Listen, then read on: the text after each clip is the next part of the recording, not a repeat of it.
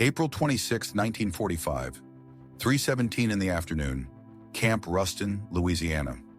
Imagine the air, heavy, sticky, clinging like wet wool.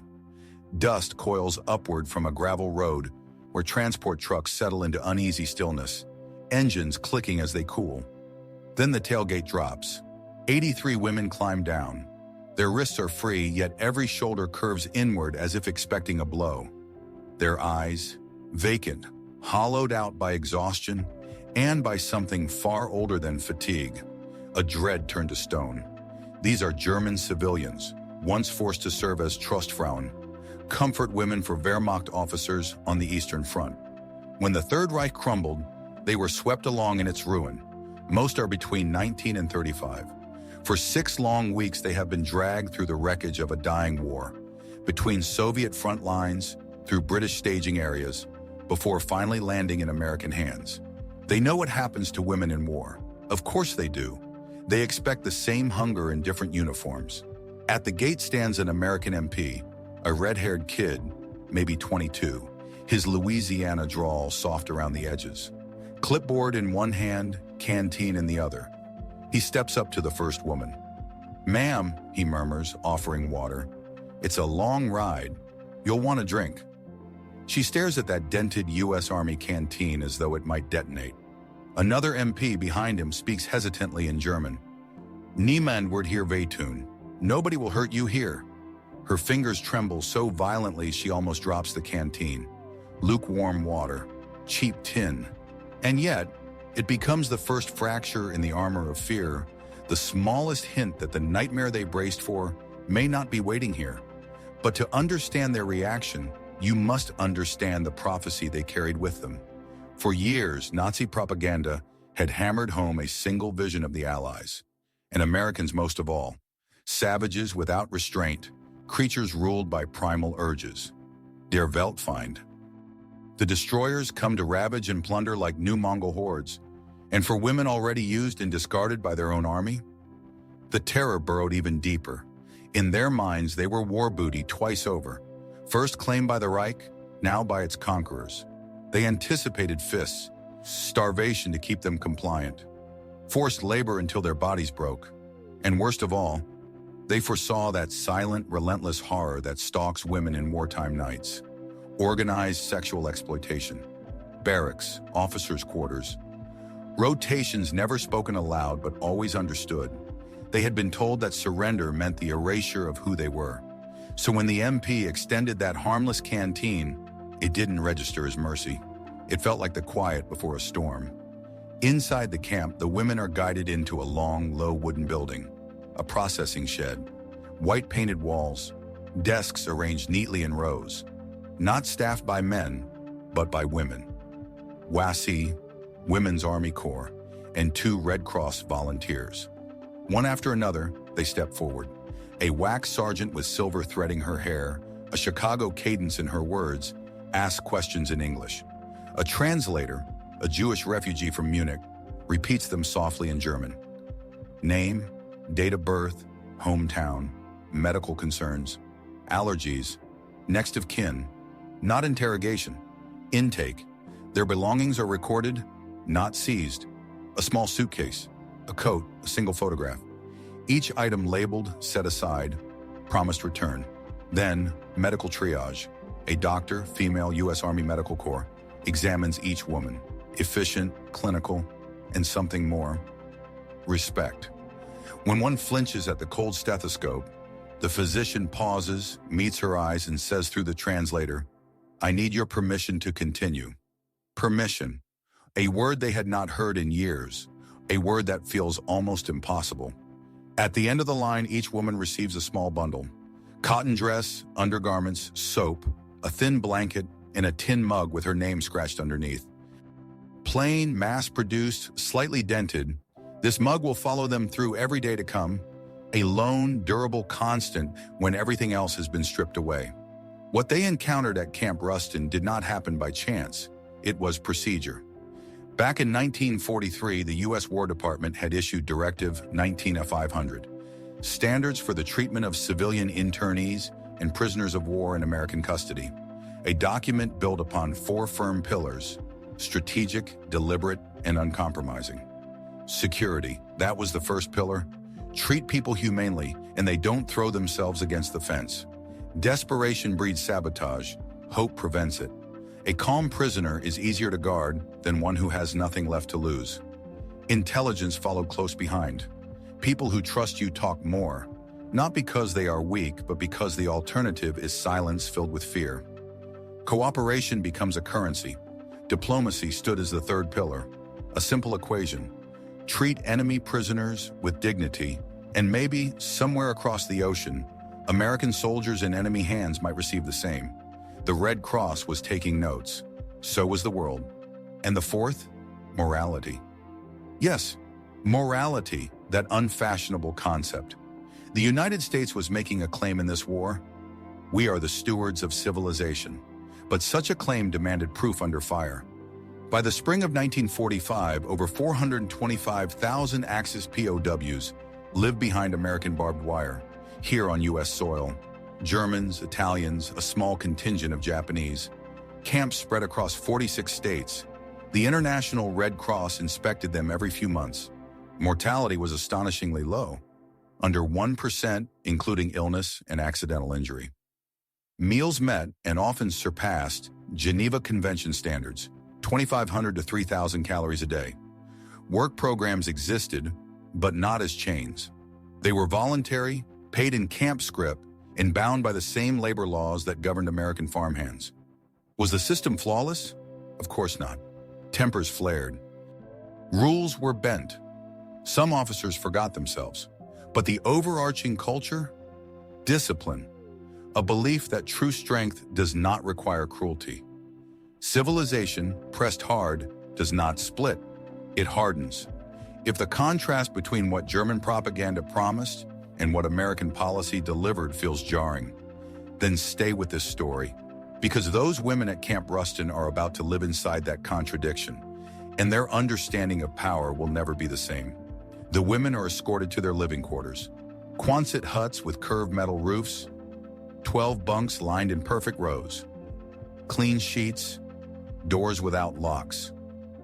Guards nearby, yes, but stationed outside, not hovering over them. A subtle difference, an enormous one. At 6 o'clock sharp, dinner is announced. They enter the mess hall in slow, uneasy lines. The smell of onions, beef stew, warm bread drifts through the air. Long tables, tin trays waiting like invitations. The food is ladled out by a strange blend of servers, American GIs and German prisoners who've already spent months here, former Wehrmacht soldiers now in U.S. denim.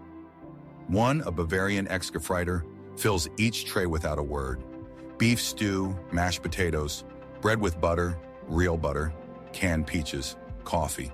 The women take their seats, but no one eats.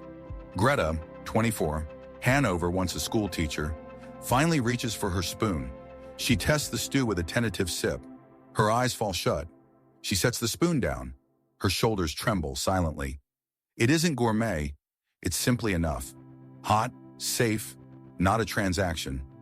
Another woman, 41, a nurse hardened by field hospitals, chews slowly, reverently, as though memorizing the sensation.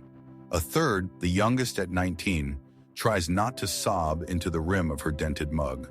A sergeant by the door takes this in. He shifts his stance but says nothing. He recognizes this fragile moment, when ordinary kindness hits like a lightning strike. 2 weeks pass. Then, an offer. Not an order, work assignments. Camp Ruston is nestled in pine country. Timber, cotton, dairy, the lifeblood of the region. But half the local men are fighting overseas. Labor is scarce, so the women are invited into the rotation.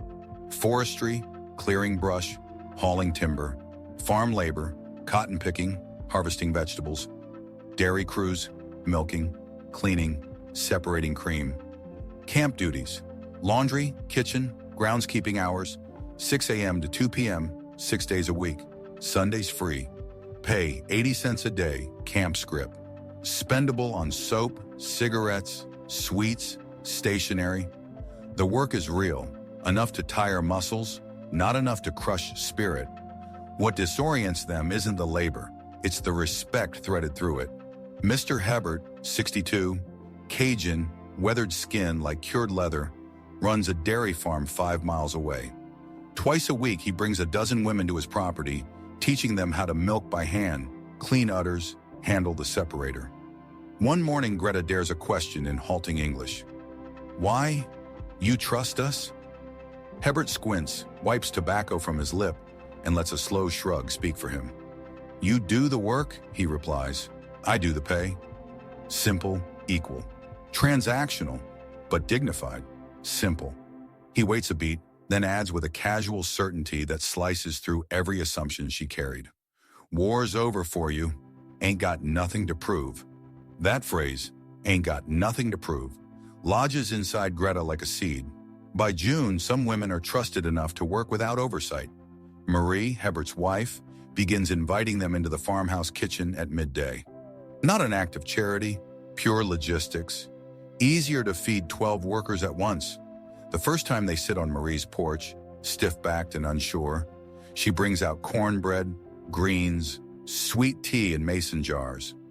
Marie speaks no German. They speak barely enough English to ask for water. But she moves among them, refilling cups before they are empty, sliding the breadbasket closer, communicating hospitality without a single conjugated verb. Greta lifts her familiar tin mug, always with her, a symbol of past captivity, and realizes the sweetness has nothing to do with sugar. It tastes like a future she never dared imagine. Ilse, quiet, practical, stands to help wash dishes afterward. No one asked her. She simply acts, following the ancient rule of women everywhere. If fed, contribute. By August, Marie trusts them enough to watch her granddaughter, a tiny 3-year-old with spirals of golden curls, while she tends the garden. Picture it, a German woman shattered by war, cradling an American child who squeals with laughter when Ilse scrunches up her face like a clown. Later, back in the barracks, Ilse cries silently. Not grief, not fear. She weeps because she cannot comprehend being trusted again. Camp Ruston maintains a modest infirmary, 2 physicians, 4 nurses. Among them, Lieutenant Ellen Marsh, U.S. Army Nurse Corps, Ohio-born, 28, brisk, confident, impartial. She patches up American soldiers and German detainees with the same deliberate care. In July, Hilda, 31, collapses with a fever that burns like fire from inside. Appendicitis. She is rushed to the base hospital in Shreveport. Emergency surgery, real anesthesia, clean linens, antibiotics. She awakens beneath crisp sheets, an IV dripping life back into her veins, an American doctor checking her pulse. Through the translator, he assures her, the operation was successful. She will recover.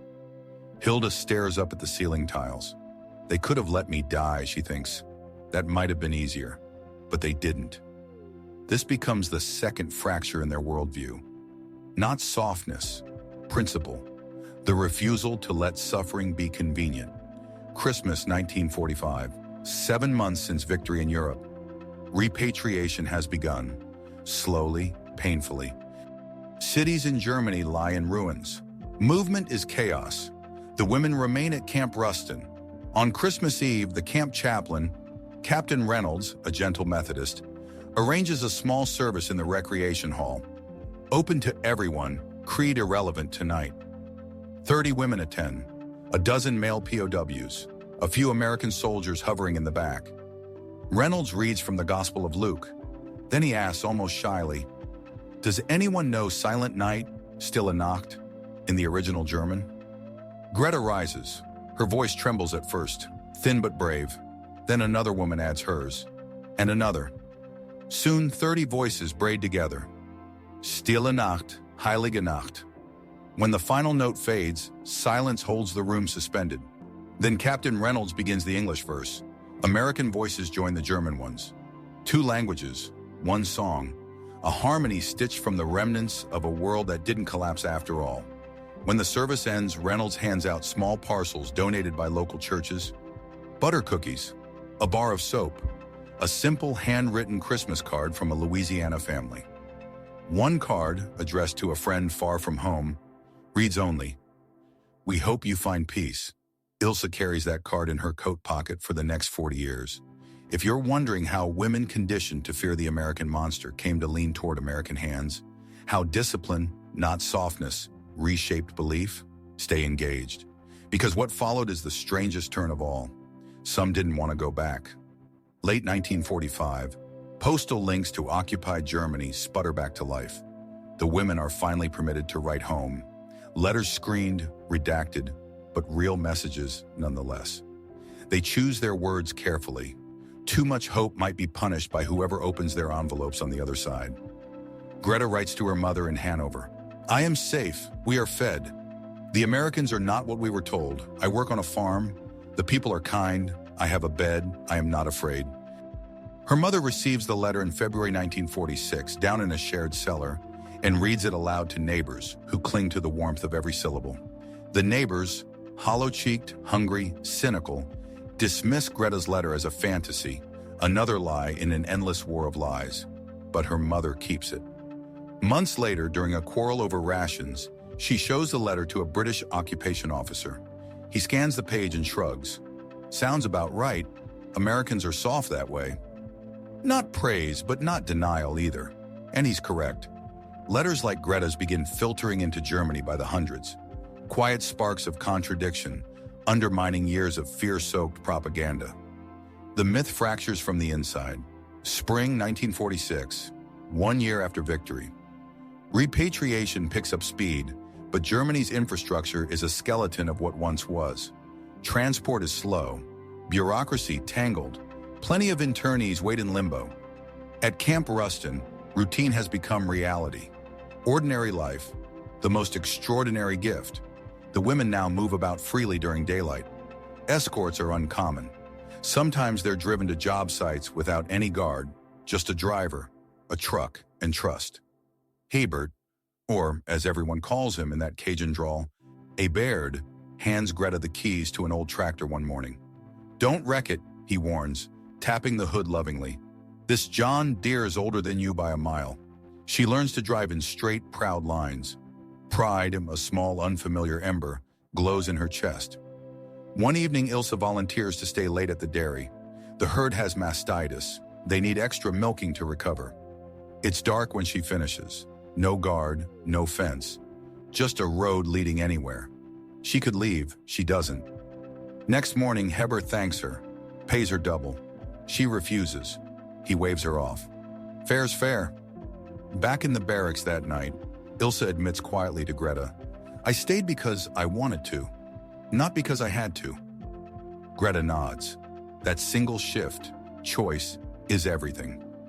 Fast forward 50 years. Greta Hoffmann is 74, retired, living in Bremen. A German oral history project asks her to speak about the war. She sits for a long moment before answering. "The first time I drank from that tin mug," she begins, the mug issued at Camp Ruston, "my name was scratched into the bottom. My name. I remember thinking, if they meant to erase me, they wouldn't have given me that." She pauses, breath hitching on memory.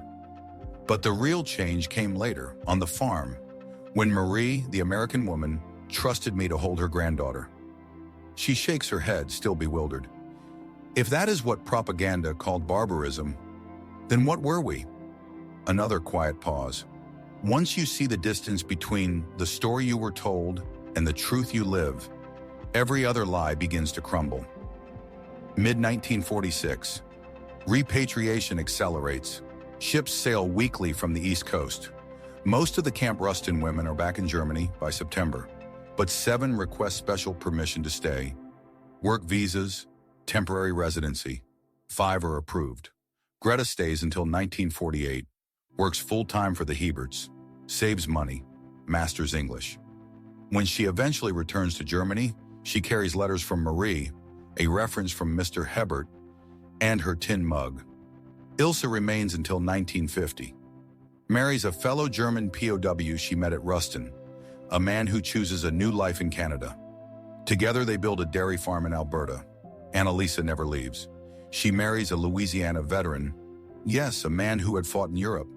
They make their home in Shreveport and raise 3 children. For decades, the women exchanged letters, birthdays, weddings, grandchildren smiling in color photographs that would have looked like miracles in 1945. In 1985, Greta returns to Louisiana. She is 64, Hebert is gone, but Marie, 91, lives in a nursing home, still sharp behind the eyes. Greta brings her the tin mug. Marie turns it over in her hands, fingers tracing the name she once insisted be respected. "You kept it," she says, smiling softly. "I could never throw it away," Greta replies. "Understand this, it is not a story about mercy, not a fairy tale about goodness. It is a story about discipline, the will to remain civilized when it would be easy not to." The United States did not treat German internees humanely because Americans were born noble. They did it because civilization is a choice, one you must remake again and again, precisely when it's hardest. True strength doesn't roar. It does not brutalize. It holds itself steady. Strength is restraint, a triumph without revenge, order untainted by cruelty. The women who arrived at Camp Ruston braced for violation. They expected to be consumed and discarded. One more spoil of war. They anticipated predators disguised in new uniforms. But instead, they encountered something radically unfamiliar. Men restricted by rules. Officers governed by doctrine, not appetite. A nation stubbornly committed to the belief that standards still mattered, especially when the world assumed they didn't. They found a system whispering, through action rather than speeches, "You are human. We are still civilized." War has not erased that truth. And that steady persistence, those tiny gestures of dignity, expressed through dented tin mugs, fair wages, and the revolutionary concept of asking permission before touch, did more to dismantle hatred than artillery ever could. Greta Hoffman passed away in 2003. In her will, she left one object to the Louisiana State Museum, the tin mug, with a note attached. "This mug was the first thing I owned that had my name on it. It reminded me I was still a person. I hope it reminds others that decency is always a choice." Today, the mug rests behind glass, scratched, battered, unremarkable to anyone who doesn't know.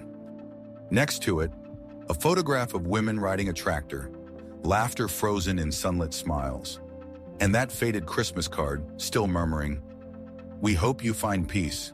Restraint is not fragility. It is victory's most difficult form. And sometimes, a simple dented tin mug becomes the proof."